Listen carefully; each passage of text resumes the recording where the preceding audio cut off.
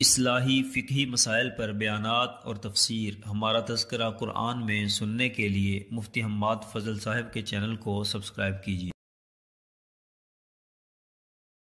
Control करते रहे, चाहे वो ईसाई हुकूमतें थीं,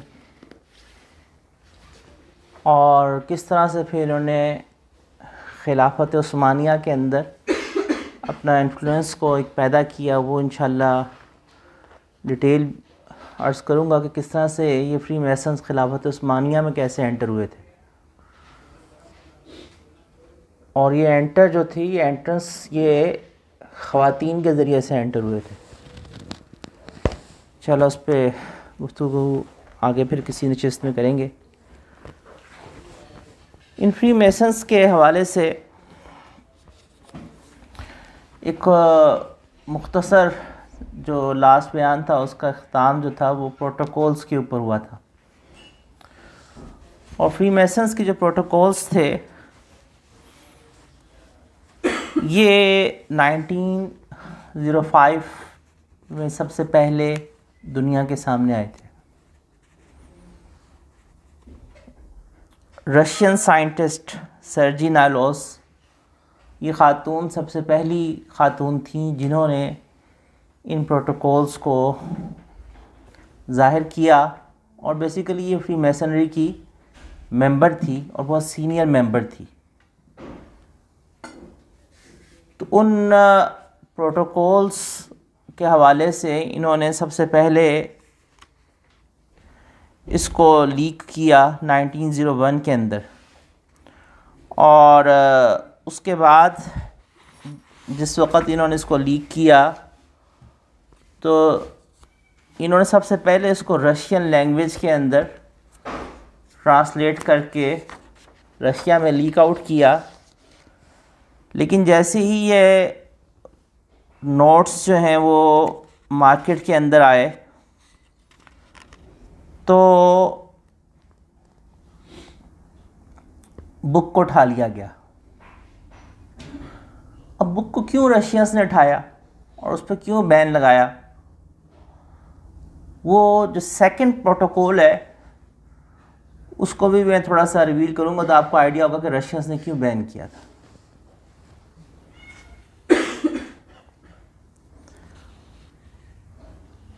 इनकी इस बुक की कुछ बुक्स जिस वक़्त लीक हो गई हुई थी और रशिया के अंदर फिर एक लड़ाई कह लीजिए हुई ज्यूस के, जो रशिया में मौजूद ज्यूस थे, और उसमें तकरीबन 10,000 के करीब ज्यूस मारे गए। इसी की एक कॉपी जो है वो रशिया से इंग्लैंड में गई और इंग्लैंड के अंदर जिस न्यूज़पेपर के अंदर रिपोर्टर ने इसको इंग्लिश में ट्रांसलेट किया, इसका नाम विक्टर मार्सडेन था। इसने उसको इंग्लिश लैंग्वेज में ट्रांसलेट किया और पब्लिश कर दिया। लेकिन हर दफ़ा ऐसा ही होता रहा कि जब भी ये बुक पब्लिश होकर मार्केट में आती थी तो मार्केट से गायब कर दी जाती थी। हत्ता कि 5 दफ़ा इसको रीप्रिंट करके इसके वॉल्यूम्स को लाया गया, लेकिन हर दफ़ा मखसूस लोग सारे के सारी उन बुक्स को मार्केट से उठा लेते थे। 1919 के अंदर जर्मनी के अंदर इसकी ट्रांसलेशन हुई और जर्मनी के अंदर भी ट्रांसलेशन जिस वक़्त ये हुई तो सेम वही वहाँ पर भी यही मामला पेश आया, लेकिन इस हद तक नहीं जिस हद तक जो है वो बरतानिया के अंदर और रशिया के अंदर इसकी बुक्स को गायब किया जाता रहा। बहरहाल जिस वक़्त ये प्रोटोकॉल्स की बुक्स, ज़ाहिरी बात है कि एक चीज़ मार्केट में आती है तो मुकम्मल तौर पे तो आप उसको नहीं उठा पाते ना। कुछ बुक्स तो लीक हो गई होंगी, कुछ लोग कस्टमर्स लेकर चले गए होंगे जिनसे आप नहीं उनको काबू कर पा रहे होंगे। चनाचे जिस वक़्त ये ब्रिटिश में बरतानिया के अंदर पब्लिश हुई तो उस वक़्त 1920 के अंदर बाज़ न्यूज़पेपर्स के जो इसके ऊपर तबसरे थे उसमें से कुछ मैं लाइंस आपको पढ़ के सुनाना चाहूँगा। द टाइम्स लंदन 8 मई 1920 के एडिशन के अंदर अनकैनी नोट ऑफ प्रोफेसी के उन्वान से इसको उन्होंने उस पर तबसरा किया और उसके अंदर एक वर्ड की लाइन ख़ास तौर पे तबसरे के इस फ्रीमेसन्स के प्रोटोकॉल्स पे वो लाइक है कि have we going to fall on to a Pax Judaica, क्या हम जुडिज़म यानी यहूदीज़म के दलदल में फंसने के लिए जा रहे हैं।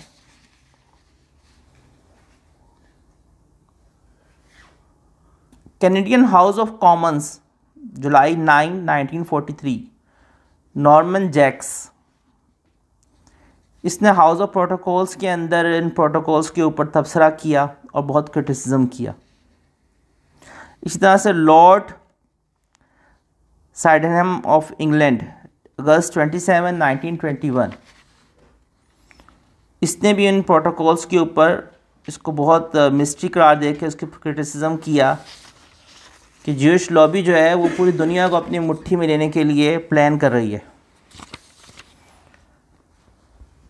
द इंडिपेंडेंट जुलाई 10, 1920 एडिशन के अंदर, it is too terribly real for fiction, too well sustained for the speculation, too deep in its knowledge of the secret springs of life for forgery. Henry Klein ये Jewish lawyer है और इसने 1948 के अंदर इसने एक बुक लिखी थी, ज़ियोनिज़्म रूल्स द वर्ल्ड। इसमें इसने इन प्रोटोकॉल्स के हवाले से फ़ख्रिया एडमिट करते हुए लिखा और इसकी वर्ड ज़रा प्रोटोकॉल्स, यकीन जाने मैं इन प्रोटोकॉल्स को जब पढ़ा और उसके बाद इनको दोबारा पढ़ा और अभी आपके सामने कुछ झलकियाँ पेश करने लग चाह रहा हूँ। काश कि हमारे जो मजहबी तबका है वो इन प्रोटोकॉल्स के ऊपर मुस्तकिल गुफ्तगू करनी बहुत ज़रूरी है, बहुत ही ज़रूरी है, ये समझाने और दिखाने के लिए कि इस वक्त हमारी मुस्लिम उम्मा के साथ क्या खेल खेला गया है और क्या खेल खेला जाना है। इसके वर्ड्स हैं इसकी बुक में, तो यूनाइटेड नेशंस इज ज़ियोनिज़्म।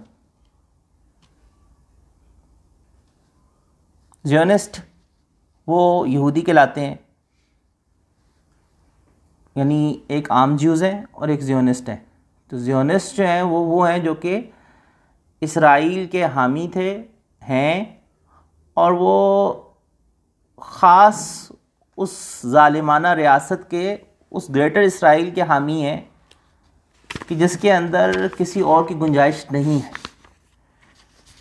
ये जो ज़ियोनिस्ट का तबका ज्यूज़म के अंदर है, तो इसने कहा कि United Nation is Zionism, it is a super government mentioned many times in the protocols of the learned elders of Zion promulgated between 1897 and 1905। इसने क्लेम किया कि यूनाइटेड नेशन का जो क़याम है ये एक तो ज़ियोनिस्ट है, यानी इसराइल का हामी। आप देख लेना, आज तक यूनाइटेड नेशन ने कभी इसराइल के ऊपर आँच आने दी नहीं, क्योंकि वो बनाया ही, उसने क्लेम किया it is a super government. ये वो सुपर गवर्नमेंट है जिसको हमने मेंशन कई दफ़ा किया है अपने प्रोटोकॉल्स में, कि जिस हम सुपर गवर्नमेंट की बात करते थे वो हमने यूनाइटेड नेशन के ज़रिए से हासिल की।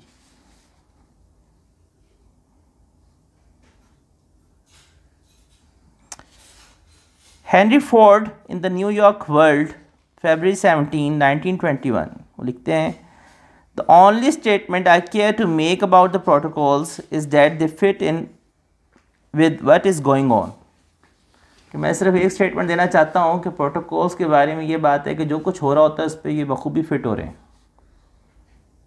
दे आर 16 years old 1921 के अंदर, 1905 में पहली कॉपी आई ना, तो उसने कहा कि 16 साल पुराने, and they have fitted the world situation up to this time. 1921 तक उसने कहा कि जो दुनिया की सूरत हाल चल रही है बिल्कुल उन प्रोटोकॉल्स के मंसूबों के मुताबिक चल रही है। थोड़ा सा प्रोटोकॉल्स की तरफ आते हैं।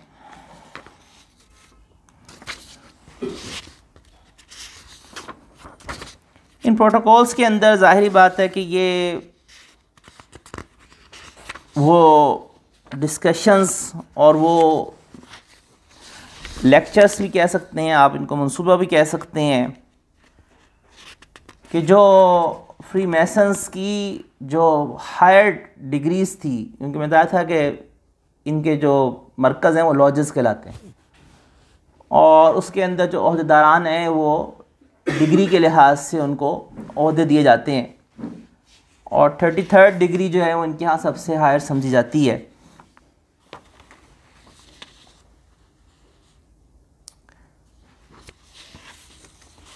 इन प्रोटोकॉल्स के हवाले से इन्होंने एक टर्म थ्रू आउट प्रोटोकॉल में यूज़ हुई है, गोयम। तो गोयम से ये लोग कौन मुराद लेते हैं? गोयम से मुराद नॉन ज्यूज़, उसमें क्रिश्चियनिटी भी शामिल है, उसमें जितने भी ज्यूइज़म के अलावा जितने भी लोग हैं उनके लिए गोयम का लफ्ज़ इन्होंने इस्तेमाल किया हुआ है। क्या यही वजह थी कि इनके ऊपर जो क्रिटिसिज्म क्रिश्चियनिटी की तरफ से भी हुआ, क्योंकि इन प्रोटोकॉल का टारगेट क्रिश्चियनिटी भी था, इनका टारगेट तो पूरा एक वर्ल्ड का कंट्रोल था और है कि पूरी दुनिया का हमने एक कब्ज़ा करना है। और इनका जो 3rd प्रोटोकॉल है उसमें सिंबॉलिक स्नेक को यूज़ किया गया है। अच्छा, जो सांप की जो अलामत है ये फ्री मैसन्स की उन अलामतों में से एक है जिसको ये यूज़ करते हैं, और ये जो अलामत होती है ये कई जगहों पे आपको सांप की नज़र आएगी। कभी आप फार्मेसी के अंदर नोट कीजिएगा कि इंटरनेशनल सिंबल जो फार्मेसी का है उसमें एक ग्लास बना होता है और उसके इर्द गिर्द एक सांप यूं यूं करके लिपटा होता है और वो बैठा होता है। ये मुझे आज तक समझ नहीं आ सकी कि फार्मेसी के साथ स्नेक का क्या ताल्लुक है। हाँ, स्नेक का ताल्लुक फ्री मैसन्स के साथ है। स्नेक का ताल्लुक जो है वो उनके उस आप खुद सोचे ना, दवाई तो शिफा होती है, उसमें सांप का क्या ताल्लुक है। और इनके इन प्रोटोकॉल्स के अंदर एक बड़ी एक अहम चीज़ मैं आपको बताता जाऊं कि इस 3rd प्रोटोकॉल के हवाले से इन्होंने आगे मेंशन की हुई है। मैं सीक्वेंस वाइज प्रोटोकॉल्स पर चलूँगा, और 3rd प्रोटोकॉल के अंदर इन्होंने स्नेक के हवाले से ये बात लिखी हुई है कि last Constantinople Istanbul is shown as the last stage of the snake's course. सांप के उस कोर्स का आखिरी स्टेज जो है वो इस्तांबुल में होगा। मैंने बताया, मैंने पीछे 3-4 सीक्वेंस गुजर चुके हैं कि दज्जाल के निकलने से पहले इस्तांबुल का सकूत होना है, हदीस मुबारका में है, और इन्होंने भी मेंशन कर रहे हैं कि लास्ट स्टेज जो है वो इस्तांबुल में होगा। बज़ाहिर इससे एक लगता है कि इनका जो इन्होंने स्नेक का लफ्ज़ यूज़ किया है या एक स्नेक का सिंबल यूज़ किया है, तो ये बहरहाल एक दज्जाली अलामत तो है। मैं फर्स्ट प्रोटोकॉल के ऊपर अब सबसे पहले आ रहा हूँ, मैं इसके की पॉइंट्स मेंशन करूँगा। फर्स्ट प्रोटोकॉल जो है वो पॉलिटिकल सिस्टम्स के बारे में है कि हमने पॉलिटिकल सिस्टम्स को और कंट्रीज़ के अंदर किस तरह से सियासी निज़ाम के अंदर क्या क्या हमने कायम करना है और क्या क्या कैसे कैसे हमने खेलना है।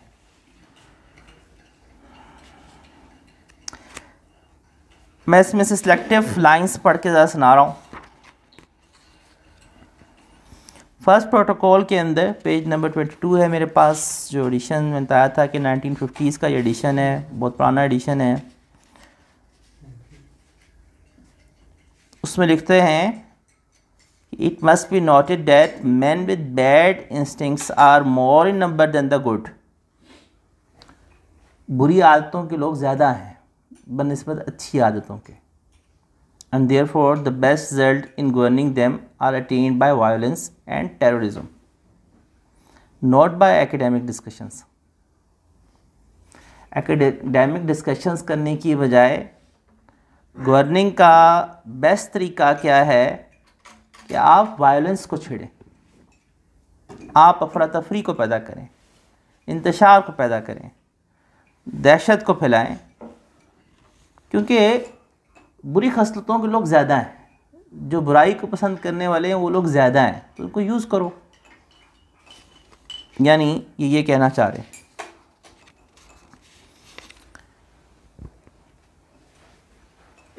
इसी प्रोटोकॉल में आगे लिखते हैं, political freedom is an idea but not a fact. इस प्रोटोकॉल में इन्होंने ना यकीन जाने पूरा अपना प्लान डिस्कस किया हुआ है कि किस तरह से हमने सियासी तौर पर हुकूमतों को कंट्रोल करना है और किन इस्तिलाहात के ज़रिए से करना है। इनमें सबसे पहले फ्रीडम, आज़ादी। Political freedom is an idea but not a fact. Idea है लेकिन ये हकीकत नहीं होगा। This idea one must know how to apply whenever it appears necessary with this bet of an idea to attract the masses of the peoples to one's party for the purpose of crushing another who is in authority। इसको सिर्फ हमने इस्तेमाल करना है crush करने के लिए। वो पार्टी जो हुकूमत में हो, उस पार्टी के लिहाज से जो दूसरी पार्टी है उसने उसके ऊपर एक प्रेशर बिल्ड करना है आज़ादी राय के नाम के ऊपर। This task is rendered easier if the opponent has himself been infected with the idea of freedom। और ये हमारा खेल और मज़ीद आसान हो जाएगा जिस वक्त जिस दूसरी पार्टी जो गवर्नमेंट में बैठी हुई है वो भी इस आज़ादी राय के शिकार हुई हो। सो कॉल्ड लिबरलिज्म, ये टर्म इन्होंने यूज़ की हुई है प्रोटोकॉल्स में कि लिबरलिज्म का जो एक झांसा इन्होंने दिया और आज़ादी के नाम पे दिया ना कि हर शख्स को आज़ादी है, जो चाहे करे, हर शख्स को आज़ादी हासिल है, जैसा चाहे पहने, जैसा मर्ज़ी वो लिबास पहनना चाहे, किसी को हक़ नहीं है उसके ऊपर तनकीद करने के लिए। यूरोप में मॉडर्निज़म की बुनियाद यहीं से तो आई थी ना। आज से 200 साल पहले क्या यूरोप इस तरह से मॉडर्न था? नहीं था।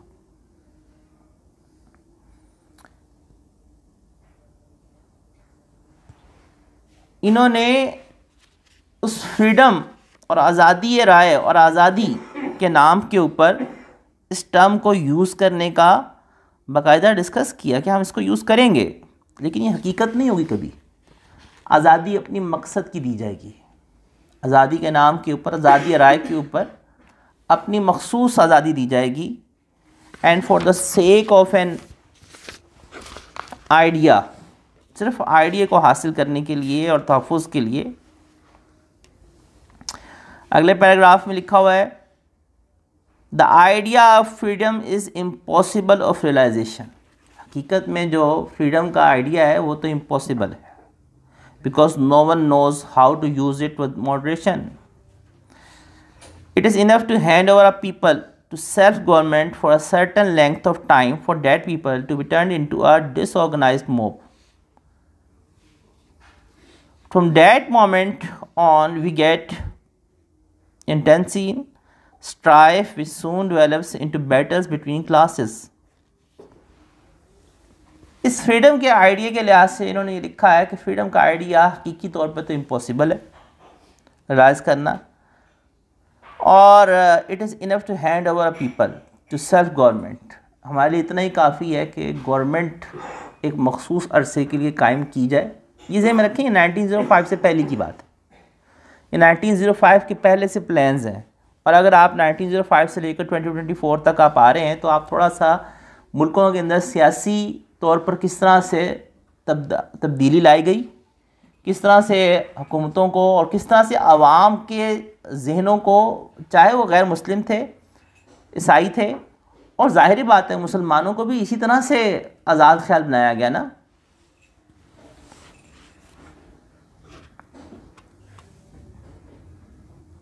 तो कुछ ने कहा कि गवर्नमेंट दो, लेकिन for the certain length of time, एक मखसूस टाइम पीरियड के लिए गवर्नमेंट दो, for that people to be turn into disorganised mob. इससे होगा क्या कि तुम लोगों को डिसऑर्गेनाइज्ड मॉब, एक हजूम की शक्ल में तरतीब दे दोगे उनको। फ्रॉम डैट मोमेंट, और ये जो इनके दरमियान में तबक़ाती तकसीम होगी, एक हुक्मरान तबका बनेगा, फिर कुछ अर्से के लिए वो नीचे उतर आएगा, फिर दूसरा आएगा, ये लोगों के दरमियान में एक दर्जात और क्लासेस को पैदा करेगा, जिससे इनके दरमियान में लड़ाइयाँ शुरू होंगी।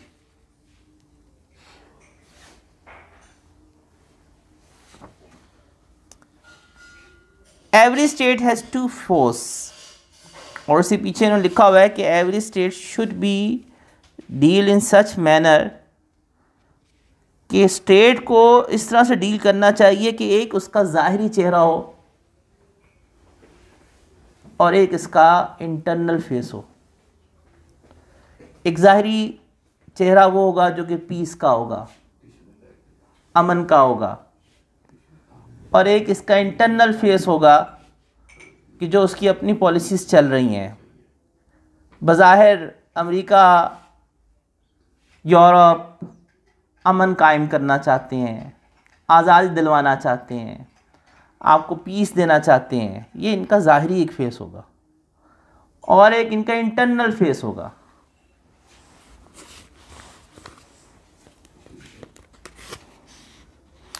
The political has nothing in common with the moral. ये बड़ा जुमला मज़े का है। सियासत को मॉरल वैल्यू से कोई ताल्लुक़ नहीं होगा।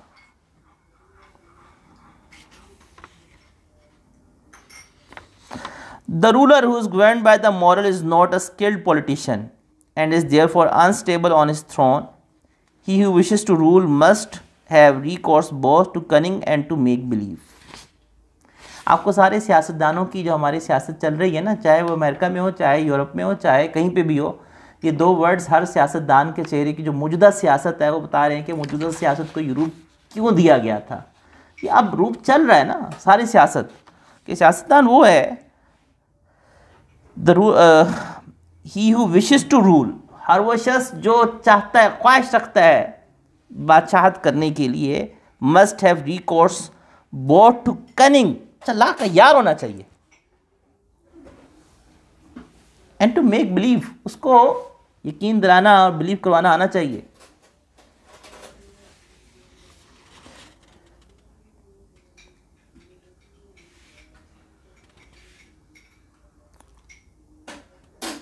Great national qualities like frankness and honesty are vices in politics.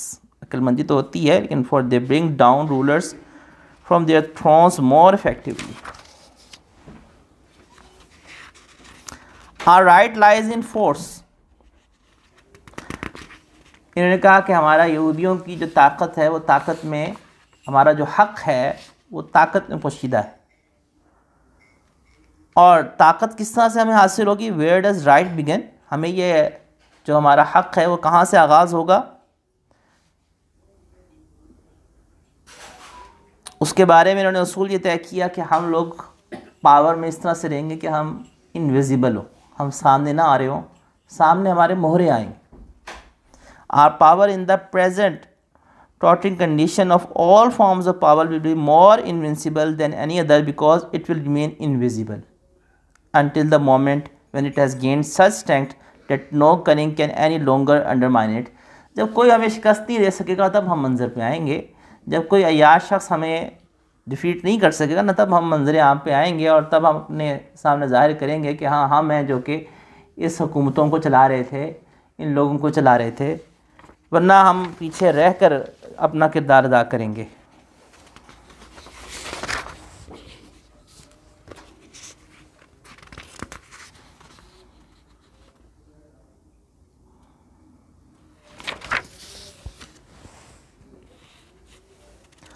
हुकूमतों के हवाले से एक अहम जो इन्होंने असूल रखा हुआ है वो है अफरा तफरी, इंतशार और खाना जंगी पैदा करना। Violence must be the principle and cunning and make believe the rule for governments which do not want to lay down their crowns. वो बादशाह जो अपनी हुकूमत से उतरना नहीं चाहते, उनके पास वाहिद तरीक़ा वायलेंस का हो। मुल्क में वायलेंस छेड़ दो, अफरा तफरी मचा दो,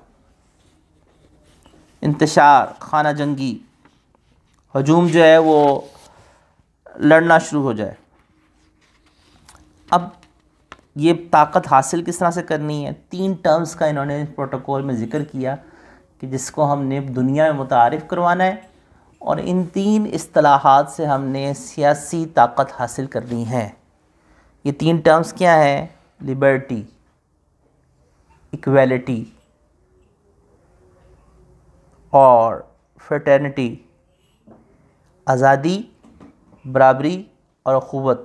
कितनी अच्छी इस्तिलाहात हैं, लेकिन इन इस्तिलाहात को इन्होंने इस्तेमाल किस तरह से किया? इन्होंने आज़ादी के नाम पे औरत को बेलिबास किया। इन्होंने आज़ादी के नाम पे लोगों को अपनी मर्ज़ी की ज़िंदगी गुजारने के ऊपर कि वो मज़हब को छोड़ें, और उस आज़ादी के नाम पर, इसलिए जो आज़ादी का जो लफ्ज़ है ना, ये ज़हन में रखें कि ये किस चीज़ से आज़ादी, और जो आज़ादी इन पिछले 120 सालों के अंदर आज़ादी के नाम पर हम मुसलमान ममालिक के अंदर जो एक रोशन ख्याल ली, या इस्लाम का एक आज़ाद ख्याल, या एक न्यू वर्जन या अपडेटेड वर्जन का एक नज़रिया पेश किया जाता रहा,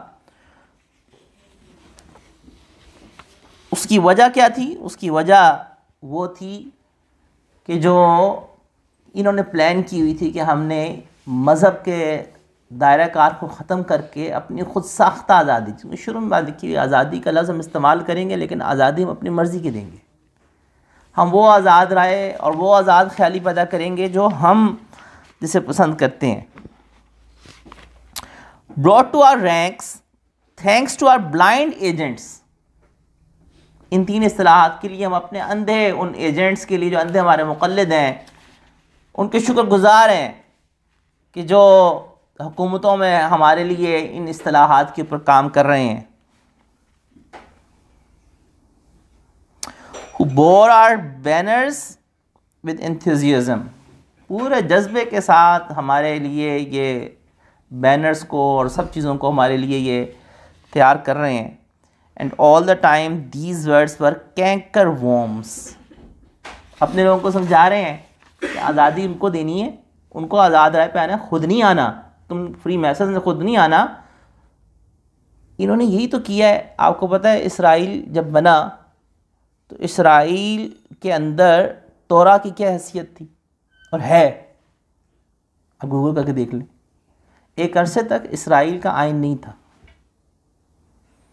इसराइल का कोई आइन नहीं था एक अरसे तक, और तोरा उनका आइन था। उनका तौरात हमारा आइन है। पूरी दुनिया को क्या पट्टी पढ़ाई? मजहबी नहीं होना,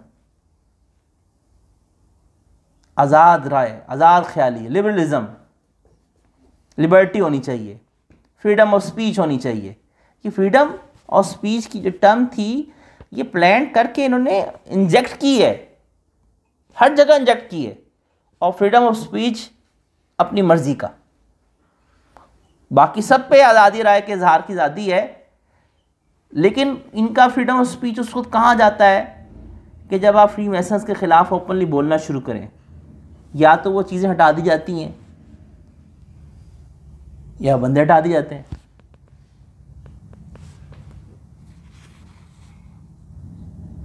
and all the time these word were canker worms, ये नासूर बन के डसेंगे माशरे को। यानी दुश्मन को दाद देनी चाहिए क्या उसने इस्तिलाहात के ज़रिए से, और उसके लिए वर्ड भी क्या चुन के रखा है, कैंकर वॉर्म्स, घुन की तरह खाएंगे, नासूर। At work boring in the well being of the goyim, goyim non Jews countries, यानी जितनी भी नॉन जूस कंट्रीज़ हैं उनके लिए ये नासूर बन के इस्तिलाहात चलेंगी। Putting an end everywhere to peace, solidarity and destroying all the foundations of Goya countries. Goya mean non-Jews countries. जितनी भी non-Jews countries हैं उनकी foundations destroy होंगी इन तीन इस्तिलाहात से। Liberty, freedom, equality. लेकिन equality अपनी मर्जी की, freedom अपनी मर्जी की, liberty अपनी मर्जी की। As you will see later, this help us to our triumph. ये हमारी फतह के लिए बहुत मदद करेगी। अब इसके लिए हासिल कैसे करना है कि हमने इन इस्तिलाहात को लॉन्च करने के लिए, उसके लिए भी उन्होंने पूरा नक्शा खींचा, और आप थोड़ी देर के लिए इस नक्शे के ऊपर रख के अपनी इस तबके को जो हमारे पाकिस्तान के अंदर है, थोड़ी देर के लिए, पाकिस्तान क्या मुस्लिम उम्मा, पूरी मुस्लिम उम्मा की मैं बात कर रहा हूँ कि सब मुसलमानों के साथ, सब मुसलमान रियासतों के साथ सेम यही पैटर्न चल रहा है पिछले 100 सालों के साथ। As you see later, this helps us to our triumph. It gives us the possibility, among other things, of getting into our hands the MasterCard. और ये मास्टर कार्ड किस तरह से इनके हाथ में आएगा? The destruction of the privileges, और in other words of the very existence of the aristocracy of the goyim. ये टारगेट करेंगे हम एरिस्टोक्रेसी, अशराफिया को। इन नॉन यूज कंट्रीज़ की जो अशराफिया है उसको हमने टारगेट करना है, उसने हमें सब कुछ करके देना है। किस तरह से टारगेट करना है? उन्होंने कहा कि ये हकीकत में जो अशराफिया की क्लास है, that class which was the only defence peoples and countries had against us, ये वो वाहिद है कि जो अगर जाग गया अशराफिया का तबका तो ये उल्टा हमें पढ़ सकता है, लेकिन इसको हमें सुनाना है और उसको उल्टा यूज़ करना है। कैसे यूज़ करना है?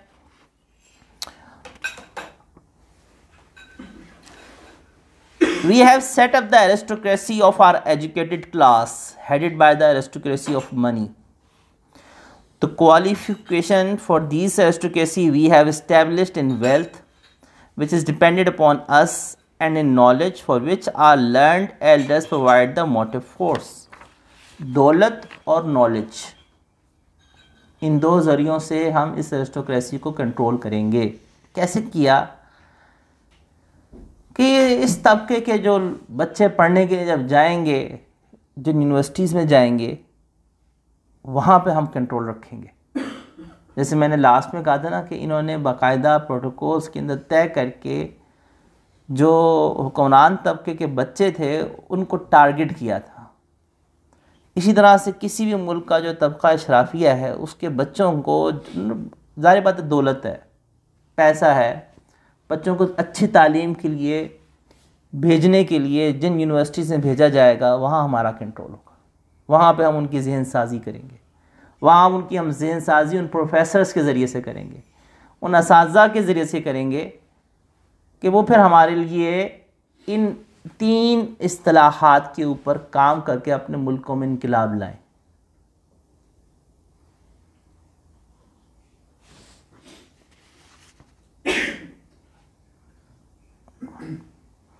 इसके साथ साथ है मटेरियल नीड्स ऑफ मैन, जो इंसान की मादी ज़रूरियात हैं उसको यूज़ करेंगे, क्योंकि ये ह्यूमन वीकनेस है, इसको हमने इस्तेमाल करना है।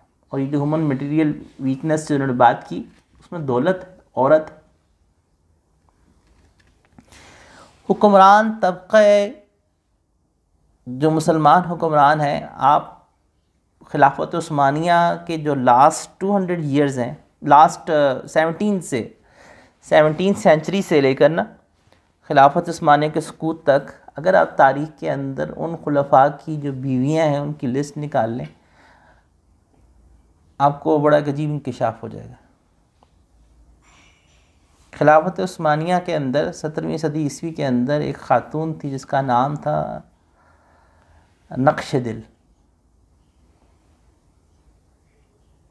ये फ्री मैसन ख़ातून थी, बाकायदा लॉन्च की गई थी, सुल्तान महमूद सानी की वालदा है।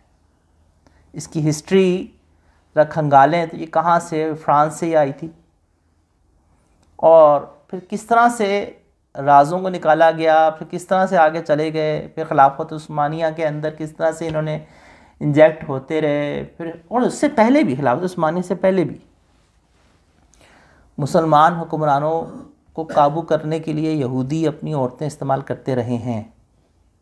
और आज इन यहूदियों के साथ इंडियंस मिले हुए हैं। रॉ का और मोसाद का बाकायदा हमेशा एक पूरा विंग है अपनी औरतों को किस तरह से इस्तेमाल करना है, क्योंकि जिस तबके को ये अशराफिया कह रहे हैं, जो एरिस्टोक्रेट्स का तबका है, उस तबके को काबू करने के लिए एक बड़ी उनकी कमज़ोरी औरत है।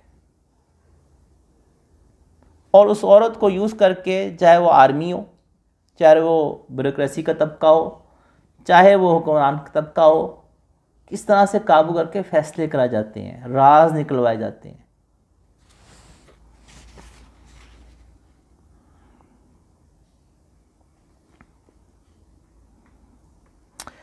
The abstraction, tajreed of freedom has enabled us to persuade the mob in all countries that their government is nothing but the steward of the people who are the owners of the country.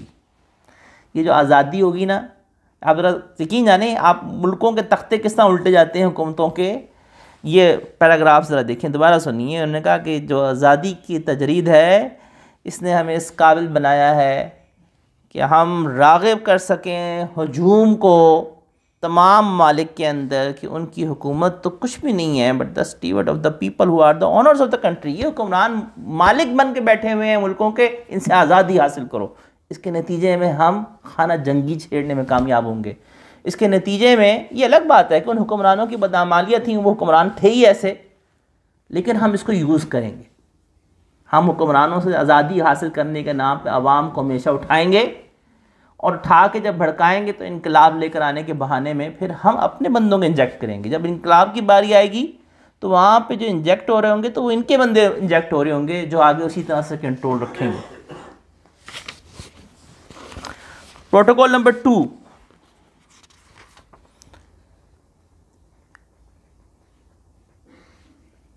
It is indispensable for our purposes, ये नागज़ीर है हमारे मकासद के लिए कि that wars so far as possible should not result in territorial gains.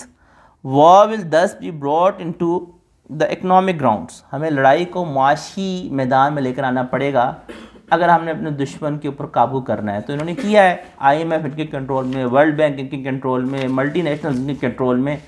वो लड़ाई को बड़े अच्छे तरीके से इन 100-150 सालों के अंदर मैदान जंग से मुआशी जंग के अंदर लाके बड़े अच्छे तरीके से कंट्रोल लिया है उन्होंने।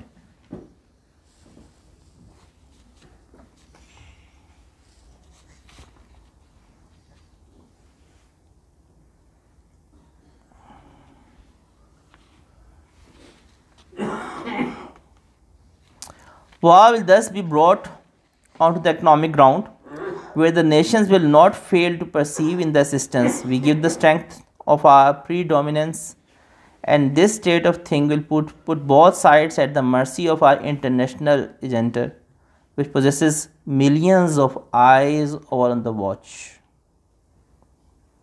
The millions of eyes दुनिया के ऊपर जो नज़र रखने वाली है वो बाद में आगे चल के जो आलमी एजेंडा न्यू वर्ल्ड ऑर्डर के नाम से आया था, मैंने बताया था कि उसकी वो जो एक आंख बनी हुई है वो एक आंख क्यों बनी हुई है और डॉलर की पीछे एक आंख क्यों बनी हुई है।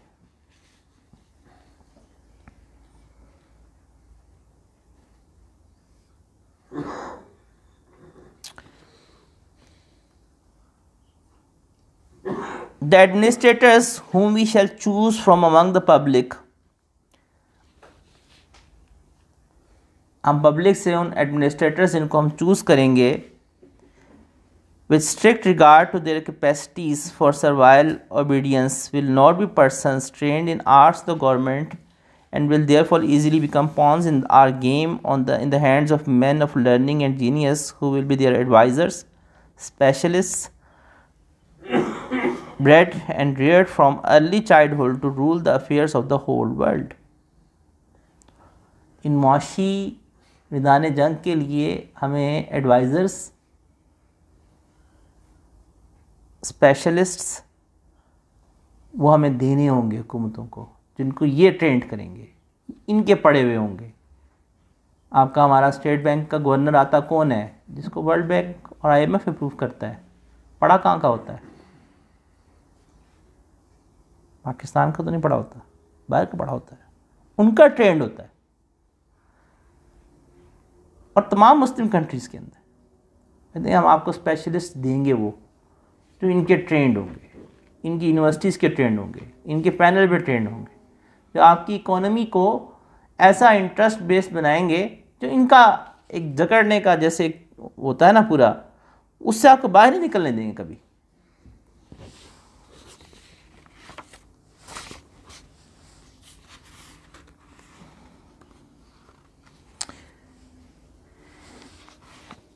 As is well known to you, these specialists of R have to fit them for rule. ये जो हमारे स्पेशलिस्ट होंगे ये बहुत फिट हैं हुकूमत करने के लिए उनके लिहाज से। और आगे इन्होंने एक बड़ा तबसरा किया हुआ है जो कि एक बड़ी तल्ख हकीकत है। तबसरा क्या किया हुआ है? The Goyim are not guided by the practical use of unprejudiced historical observations. जितने भी नॉन ज्यूज़ कंट्रीज़ हैं ये कभी भी तारीख़ से गैर मुतअस्सिबाना रहनुमाई हासिल नहीं करते हैं। मुसलमान ने अपनी तारीख़ से क्या सीखा है?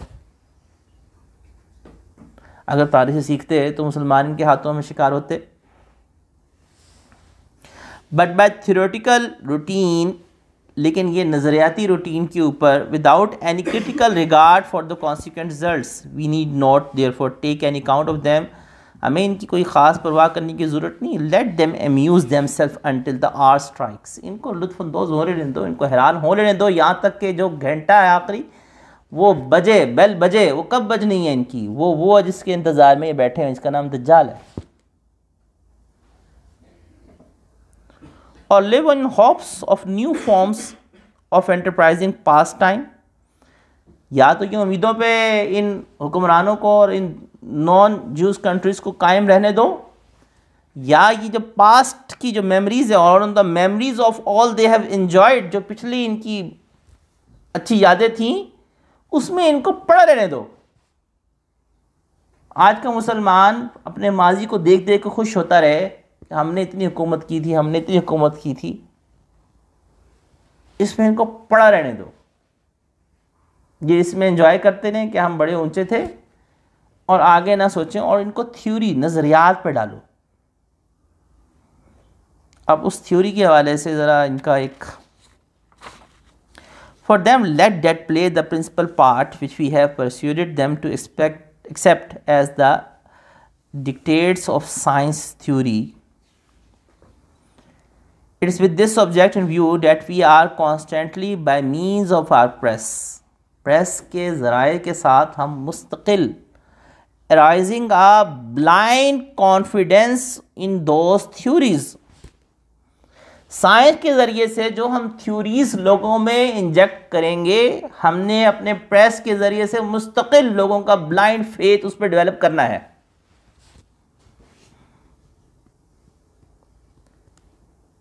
The intellectuals of the goyim, non Jews countries के जो इंटेलेक्चुअल लोग होंगे, will puff themselves up with their knowledges and without any logical verification of them will put into effect all the information available from science। इनको कहेंगे जो science के ज़रिए से प्रूवन है, ये थ्योरी जो है वो तो साइंस में है, और वो इससे अपने आप को सरेंडर करेंगे और आगे अपने इनको एड्रेस करते हुए कहते हैं, do not suppose for a moment that these statements are empty words, इनको खाली अल्फाज मत समझो। आगे लिखा हुआ है कि think carefully of the successes we arrange for Darwinism. Theory है ना डार्विनिज्म, और उन्होंने क्या कहा, साइंस की बुनियाद पे थ्योरीज फेंको, प्रेस के जरिए से उसको इतना एम्फसाइज करो, उसको इतना मुसलसल करो, लोगों का ब्लाइंड फेथ बन जाए। और जब लोग जो इंटेलेक्चुअल तबका है ना वो उसको क्वेश्चन रेज करने लगे तो उनको बिठा दो, ये तो साइंस से है, साइंस तो लॉजिक के बगैर नहीं होती, और जब साइंस लॉजिक के बगैर नहीं होती तो उनको सोचने मत दो। डार्विनिज्म, और कहा कि देखो इसकी मिसालें क्या है, Darwinism, Marxism, Nietzscheism. To us Jews at any rate it should be plain to see what a disintegrating importance these directives have had upon the mind of the Goyim, non-Jews countries। Darwinism ने कितने मुसलमानों को मुल्हिद किया, जबकि वो एक नजरिया था, लॉ नहीं था। आज तक लॉ नहीं प्रूव, लॉ वो तो प्रूव होता है, थ्योरी वो है तो नजरिया है। नजरिया आपने पेश किया, आपने पेश किया, आपने पेश किया, तीनों थ्योरीज हैं, वेरीफाई आज तक नहीं हो सकी। वेरीफाई होती तो लॉ बनता साइंटिफिकली, लेकिन उन थ्योरीज को इन्होंने साइंस का तड़का लगाकर उस फ्रीडम के ऊपर कितने मुसलमानों का ईमान तबाह किया। आज का जो मुल्हिद है, जो सोशल मीडिया पे बैठा हुआ है, जो सोशल मीडिया की वजह से मुल्हिद हुआ है, उसकी बुनियाद ये डार्विनिज्म की वो घिसी पिटी थ्योरी है जो बेसलेस है। आज तक उन मिसिंग लिंक्स का एविडेंस साइंस प्रूफ नहीं पेश कर सकी जो डार्विन ने पेश किए थे।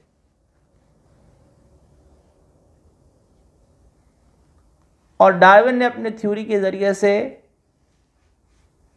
उन्होंने खुद कहा कि जी हमने थ्योरीज के ज़रिए से लोगों को बुद्धू बनाना है, बेवकूफ़ बनाना है, पीछे साइंस का हमने एक नज़रिया रखना है कि जी साइंस से है, क्योंकि साइंस का असर ये वो टेक्निक्स होती हैं जो माइंड लेवल पे हिप्नोटाइज करने के लिए, मैक्रो लेवल पे हिप्नोटाइज करने के लिए खेली जाती हैं कि जी साइंस चूँकि बग़ैर एविडेंस से कोई बात नहीं कहती, तो जो डार्विन की थ्योरी है अभी फिर एविडेंसेस से बेस्ड है, तो ये कैसे गलत हो सकती है। ये पहला सेंटेंस ये लिया जाता है, दूसरा सेंटेंस ये लिया जाता है, हालांकि वो खुद थ्योरी है, प्रूव है ही नहीं, नज़रिया है, सिर्फ और सिर्फ एक राय, तख़य्युल। अगर वो साबित होता तो लॉ बनता, तो लॉ ही नहीं बन सका क्योंकि वो खुद प्रूवन नहीं है। और उन्होंने खुद एडमिट किया, जैसे हमने डार्विनिज्म के साथ किया।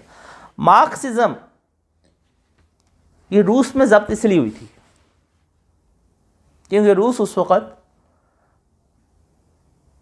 मार्क्सिज्म के शहर की तरफ जा रहा था। जर्मनी में ज़ब्त होने की वजह भी यही बनी थी क्योंकि फ्राइडरिक नीचा ये वो था जिसने इटालियन फैसिज्म और जर्मन सोशलिज़म की फंडामेंटल्स रखी थी।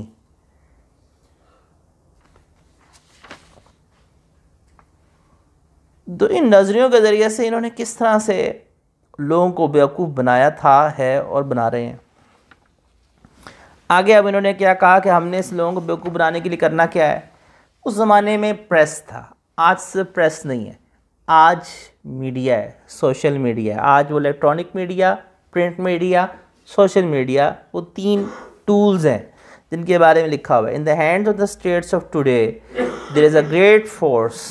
आज के मुद्दा रियासत के पास एक बहुत बड़ी ताकत है, that creates the movement of thought in the people, जो लोगों के नज़रियात को पैदा कर सकती है, उनके ख्यालात में तब्दीली ला सकती है, उनको नए ख्यालात दे सकती है। And that is the press. ये प्रेस है। उस ज़माने में 1905 में प्रेस था और कुछ नहीं था। अब प्रेस भी है, अब इलेक्ट्रॉनिक मीडिया भी है, अब प्रिंट मीडिया भी है, अब सोशल मीडिया भी है। सोशल मीडिया, फेसबुक किसके कंट्रोल में? मार्क ज़ुकरबर्ग कौन है? ज्यू है। ट्विटर एलॉन मस्क के पास है। एलॉन मस्क उस तरह का तो ज्यूज़ तो नहीं है, लेकिन बहरहाल इसराइल के उस मामले के अंदर जब गज़ा का चल रहा है, सपोर्ट करने गया, उस तरह की पोस्ट तो नहीं उठा रहा। लेकिन जो सोशल मीडिया भी है, इलेक्ट्रॉनिक मीडिया भी है और प्रिंट मीडिया भी है, ये मेन तनाबे ज्यूज़ ही के पास है। अल जज़ीरा, और ये बात ध्यान रखें कि ये होता क्या है कि अगर आपने किसी ऐसे चैनल को जो उभर रहा हो ना, ये अल जज़ीरा को क्यों उन्होंने परचेज़ किया? वो फ्रंट मैन आगे डमी कोई और, प्रॉक्सी किसी और की होती है, ध्यान में रखें। आज से चंद साल पहले की बात है कि एक सैटेलाइट चैनल था, उसका लाइसेंस बिक रहा था।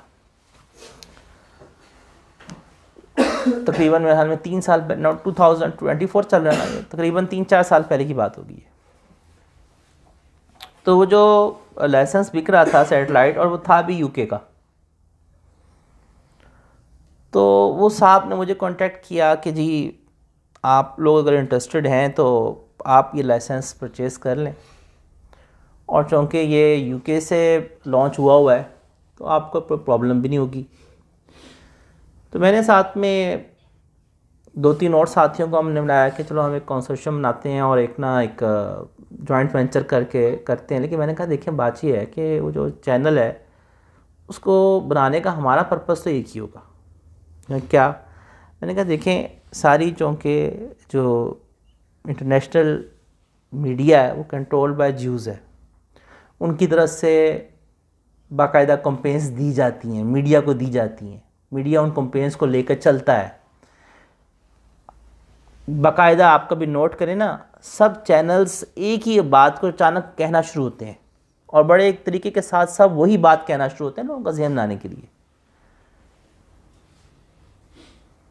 तो मैंने कहा कि हम चैनल ऐसा लेना चाहेंगे कि जो मुसलमानों का चैनल हो, यानी जो मुसलमानों के साथ जो जुल्म हो रहा है उसको इंटरनेशनल लेवल के ऊपर हम सही बताएं कि हाँ देखो ये मुसलमानों का चैनल है, मुसलमानों की सही आवाज़ है, जिसके ऊपर कोई इन्फ्लुएंस जीएस का नहीं। उसने कहा फिर नहीं चल सकता, चैनल भी नहीं चल सकता, ये पॉसिबल ही नहीं कि आप चैनल चला लें। फिर बनाने का मैंने उससे बहुत हमने कहा कि देखो लाइसेंस इशू हुआ है। उन्होंने कहा कि यूके से हुआ है, यूके तो उनकी गवर्नमेंट है, बंद कर देगी। मैंने कहा कोई बात नहीं, हम जो है वो पाकिस्तान से, पाकिस्तान तो है ही कंट्रोल्ड, उनकी ऊपर सारी जो गवर्नमेंट है। आप यहाँ पे कैसे सोच सकते हैं कि आप उनके मंशा के जो आलमी इस्टेब्लिशमेंट है, जो आलमी इंटरनेशनल इस्टेब्लिशमेंट है, आप उसकी मर्ज़ी के बगैर आप मुसलमानों की आवाज़ बना के पेश कर रहे हो कि बर्मा के मुसलमान के साथ क्या जुल्म हो रहा है और कौन जालिम क्या कर रहा है, और शाम के मुसलमानों के साथ क्या जुल्म हो रहा है हुआ, गज़ा के मुसलमानों के साथ क्या जुल्म हो रहा है, और आप उनको सरेआम के कपड़े सबके सामने दिखाएं, लोगों को दिखाएं कि देखो ये है जालिम, तो वो तो आपको नहीं करने देंगे। बहरहाल काफ़ी डिबेट होती रही। अब मेरा इंसिस्ट यही था कि देखें अगर तो चैनल बनाना है तो फिर सिर्फ इस पर्पज़ के लिए बनाना है, वरना फिर मुझे क्या फ़ायदा। अगर तो तबलीग के लिए है तो मैंने कहा तो माशाल्लाह पीस टीवी भी चल रहा है और भी कई इस किस्म के मजहबी चल रहे हैं, और फिर सोशल मीडिया पे चलो जिस हद तक इंसान आवाज़ उठा सकता है कर सकता है, काफ़ी है। लेकिन इतना ज़्यादा इन्वेस्टमेंट, ह्यूज इन्वेस्टमेंट करनी है तो किसी पर्पज़ के लिए होनी चाहिए। और दूसरी बात फिर उसने कहा कि उन साहब ने कहा कि देखें अगर आप ये करना भी चाहें, किसी तरह से आप स्टार्ट भी ले लें, तो इस ज़हन में रखें कि आपको टोटली आपको इसके अंदर पैसे डालने हैं, क्योंकि फिर जो एडवर्टीज़मेंट है वो तो हम लेंगे नहीं, ज़ाहिर बात है एडवर्टीज़मेंट तो सारी औरतें हैं, म्यूज़िक हैं, वो तो हम लेंगे नहीं। तो उसने कहा कि फिर चैनल के साथ चलेगा ना, आपको दूसरों की कंपेन लेंगे ना, बाहर से जो इंटरनेशनल इस्टेब्लिशमेंट है उसकी आप कोई डिमांड पूरी करेंगे ना, आप बिल्कुल आज़ादी से काम करेंगे, तो आप चैनल कहाँ से लाएंगे। आप मंथली उसका जो एक्सपेंस है वो आपको डालना है, कौन डालेगा? कौन सा ऐसा जो लाखों के अंदर उसमें डाल रहा हो और उससे हासिल उसको कुछ ना हो रहा हो और वो सिर्फ आखिरत के लिए कर रहा हो, तो ऐसा कौन शख्स होगा जो करेगा? जो भी करेगा वो अपने पर्पसेस के लिए करेगा ना, अपने बेनिफिट्स के लिए करेगा।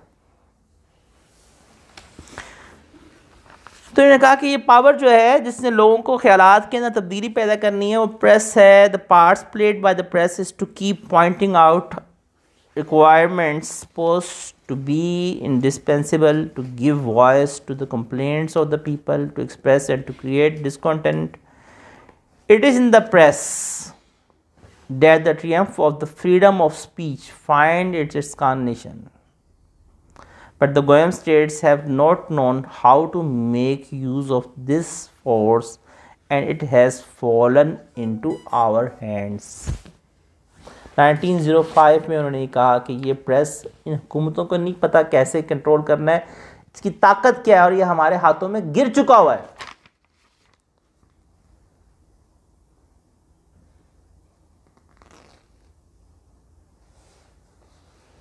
Through the press, we have gained the power to influence while remaining ourselves in the shade. बाकी सब जो हैं वो साए में होंगे, धोखे में होंगे, हकीकत जो हम दिखाएंगे ना बस वही होगी, जो हम बताएंगे वही है। We have gained the power to influence, हमें वो ताकत हासिल हो चुकी हुई है इस प्रेस के ज़रिए से, इस मीडिया के ज़रिए से, सोशल मीडिया के ज़रिए से, लोगों के ऊपर असरअंदाज होने के लिहाज से। Thanks to the press we have got the gold in our hands, हमें सोना मिल गया इस प्रेस के ज़रिए से। Notwithstanding that we have had to gather it out of oceans of blood and tears, but it has paid us, though we have sacrificed many of our people. Each victim on our side is worth in the sight of God 1,000 goyim. ये जो last statement है ना, हमारा हर बंदा हज़ारों गैर यहूदियों के ऊपर भारी है, हमारा एक बंदा, कि वही ज़ियोनिस्ट सोच है जो आज इसराइल की है। वो कहते हैं सारे मुसलमान मरें, ये कीड़े मकोड़े हैं, उनका एक यहूदी उनसे कीमती समझते हैं, वो अपना एक यहूदी वो सारे गैर नॉन यहूदियों से कीमती समझते हैं। नॉन गोयम है, ये ज़हन में रखें कि इनका टारगेट, इन्होंने अपनी इस अशराफिया के टारगेट को लेकर, जैसे मैंने कहा था ना कि अमेरिका, यूके, फ्रांस, ये सब जितनी भी कंट्रीज़ हैं, पीछे बैक पे कंट्रोल ये यूज़ कर रहे हैं। और ये क्यों कर रहे हैं, किस तरह से कर रहे हैं, वो अपनी इस प्लानिंग के तहत कर रहे हैं। अपने उस प्लानिंग के मुताबिक उन्होंने प्लानिंग करके उस अशराफिया को उन्होंने टारगेट किया, उन्होंने उनको ट्रेंड किया, उनको तालीम के बहाने ट्रेंड किया, उनको लेके किस किस तरीके से उन्होंने प्लान कर करके उन्होंने उन ओहदों पे वो लेकर आए, अपने बंदों को लेकर आए जो उनके साथ चल रहे होते हैं। उनको भी पता होता है कि अगर हमने इनके साथ नहीं चले तो हम इस ओहदे पे रह नहीं सकते। मैं लास्ट में उसको की थी कि अमेरिकन प्रेसिडेंट्स की एक लंबी लिस्ट है जो फ्री मैसन्स के साथ अटैच थे, लंबी लिस्ट है। ये फर्स्ट 2 प्रोटोकॉल्स थे और 23 प्रोटोकॉल्स उस वक्त लीक हुए थे। और जो 3rd प्रोटोकॉल है वो उनके उस ग्रेटर इसराइल के प्लान के ऊपर है कि हमने ग्रेटर इसराइल का जो टारगेट है 1905 में वो प्लान करके उन्होंने मैप बनाया हुआ था, जो मैं लास्ट टाइम दिखाया था कि 1905 में जब इसराइल नहीं बना था उस वक्त वो नक्शा बना के बैठे हुए थे कि हमने वो सऊदीया की बाउंड्री तक और इराक़ और सारा कुछ उस पर हमने कैप्चर करना है और उसको लेकर आना है। उसको इसराइल बना भी नहीं था उस वक्त का, उन्होंने मंसूबा बना के चल रहे थे। इसराइल ऐसे नहीं बना, पूरी उन्होंने प्लानिंग करके बनाई है।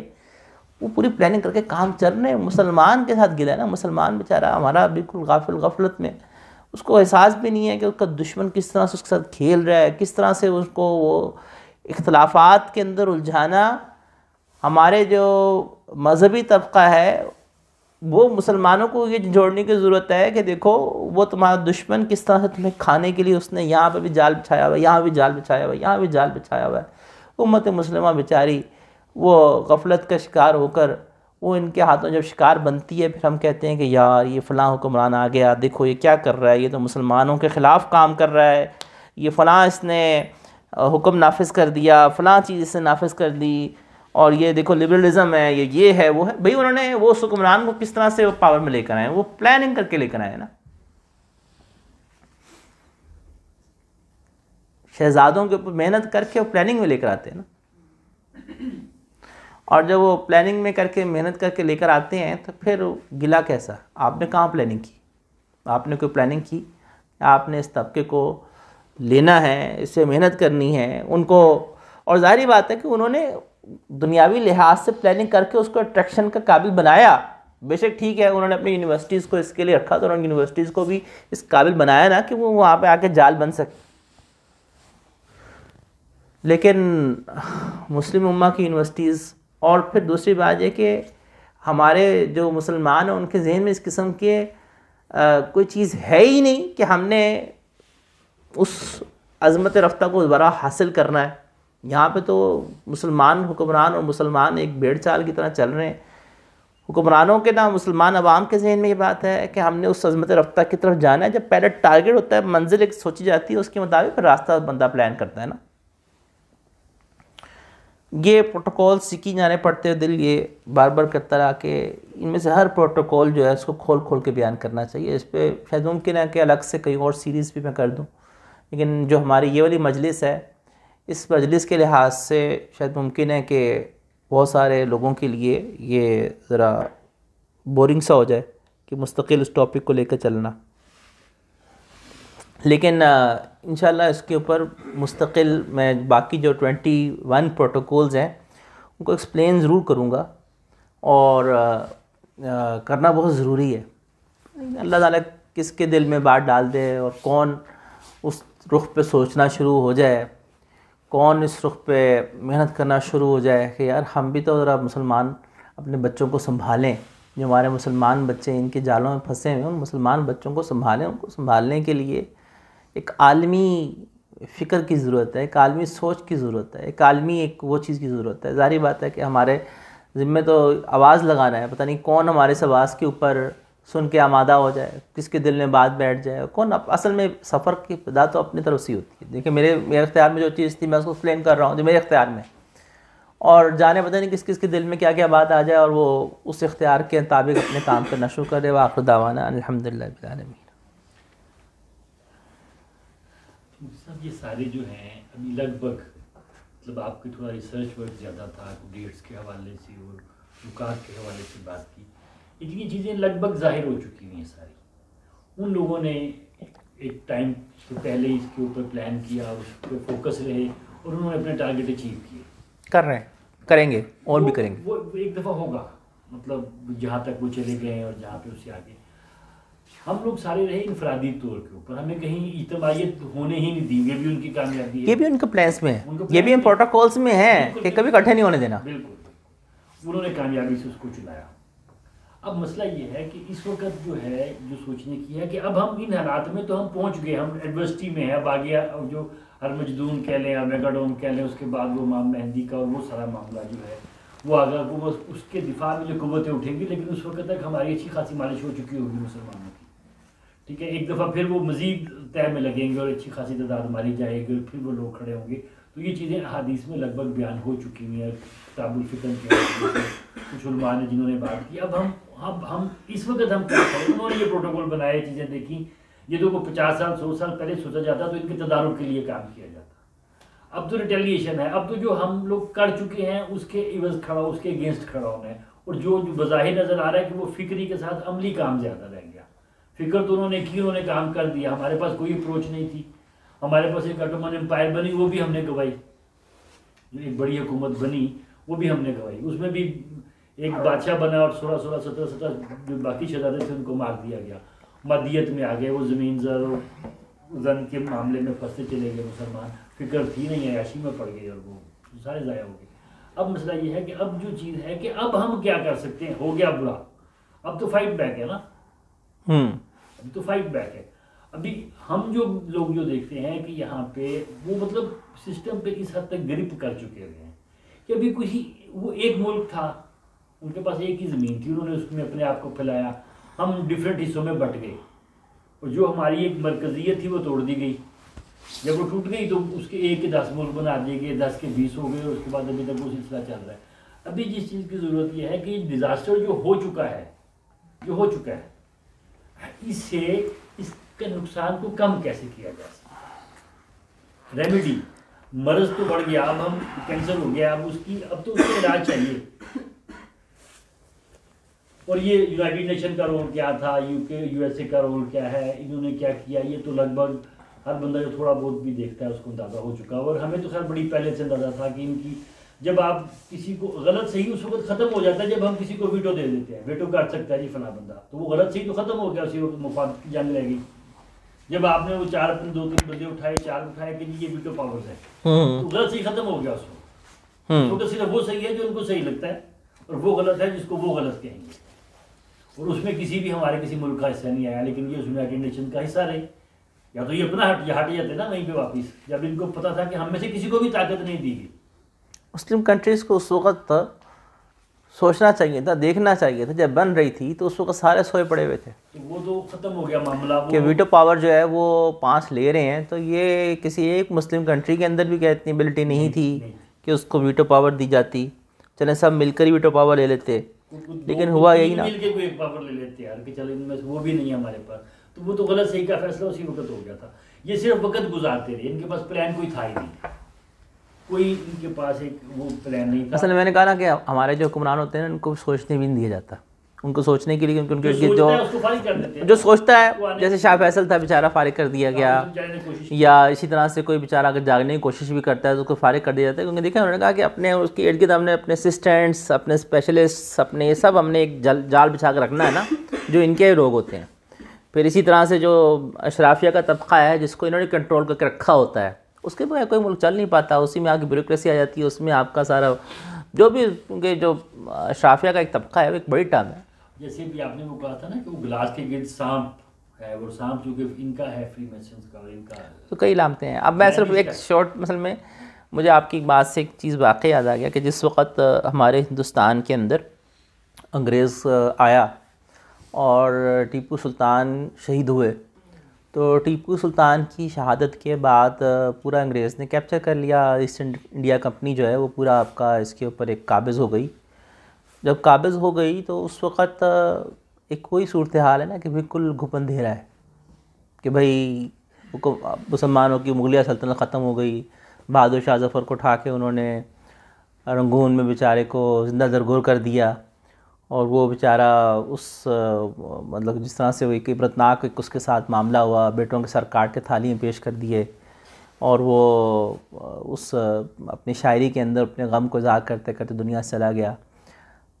लेकिन ज़ाहिरी बात है कि इंसान जैसा एक जो उसके बाद यहाँ पे एक पूरी सूरत हाल थी, उस वक़्त फिर क्या हुआ, हमारे मुसलमानों ने उसको क्या किया, मैं उसकी तरफ इशारा करना चाह रहा हूँ कि मुट्ठी भर चंद लोग, सैयद अहमद शहीद रहमतुल्लाह अलैह,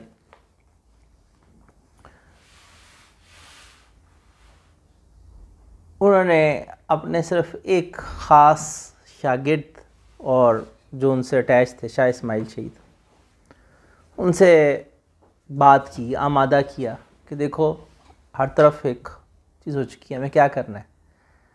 2 बंदों से सफ़र शुरू हुआ।